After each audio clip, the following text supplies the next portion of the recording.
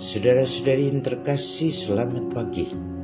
Mari kita awali permenungan kita pagi ini, Senin 2 November 2020. Peringatan wajib arwah semua orang beriman. Pekan biasa ke-31 dengan tanda kemenangan Kristus. Dalam nama Bapa dan Putra dan Roh Kudus. Amin. Tema renungan kita pagi ini adalah tentang mereka yang telah meninggal. Yohanes pasal 6 ayat 37 sampai dengan 40. Saya masih ingat pengalaman yang dalam tanda petik menakutkan saya saat waktu masih kecil, di mana ada kakak kelas meninggal dunia. Setelah pemakaman, saya terus-menerus membayangkan mukanya saat dia terbaring kaku, lalu membayangkan dia tidur dalam tanda petik di dalam makam.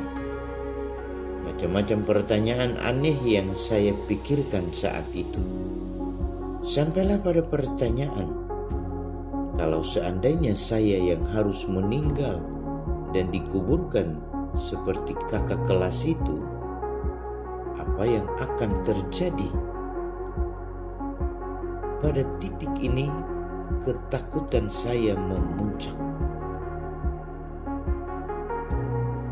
Saudara, seandainya kita berpikir bahwa semua orang akan meninggal, kita pasti tidak akan takut. Apalagi bagi kita yang percaya pada Yesus yang adalah jalan, kebenaran, dan hidup kita. Apa yang harus kita takutkan?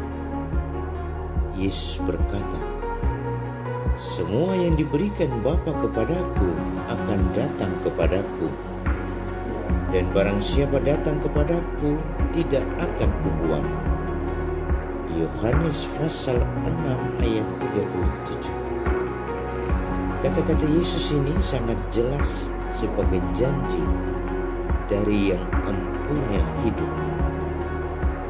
Pertanyaannya, bagaimana dengan mereka yang sudah meninggal? Apakah semuanya sudah mengalami kebahagiaan kekal? Gereja mengajarkan bahwa tidak semua orang yang meninggal langsung masuk ke dalam kebahagiaan kekal.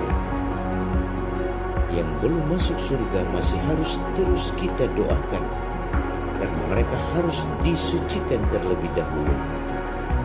Karena itu, hari ini kita mendoakan mereka yang belum selamat, yang dalam bahasa lazimnya kita sebut masih dalam api penyucian. Kita berdoa mohon Tuhan mengampuni dosa mereka, agar layak menerima anugerah hidup kekal.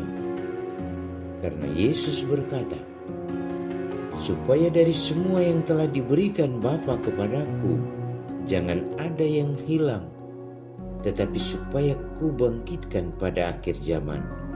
Yohanes pasal 6 ayat 39. Karena itu, bagi kita yang percaya kepada Yesus, kita memiliki jalan kepada kehidupan yang kekal. Jangan memilih jalan lain yang tidak memiliki jaminan keselamatan seperti yang kita miliki.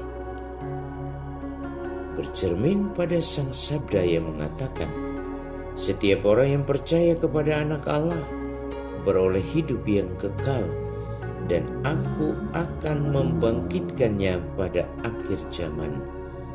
Yohanes pasal 6 ayat 40. Saudara terkasih, hidup kekal adalah anugerah dari Tuhan bagi kita. Jangan lewatkan anugerah ini hanya demi sebuah gengsi. Salam Cornovum, hati baru.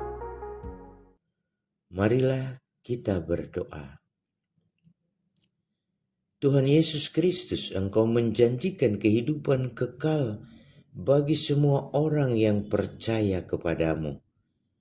Kami mohon ampunilah dosa orang tua dan sanak saudara kami yang telah meninggal dunia, dan berikanlah tempat bagi mereka dalam kerajaan-Mu, sesuai dengan amal bakti mereka selama masa hidupnya di dunia ini.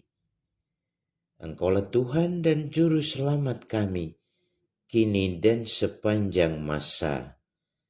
Amin.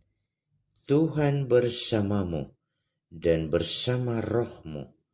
Semoga kita sekalian dalam siara hidup kita di dunia ini senantiasa dibimbing, dilindungi, dan diberkati oleh Allah yang Maha Kuasa, Bapa, Putra, dan Roh Kudus.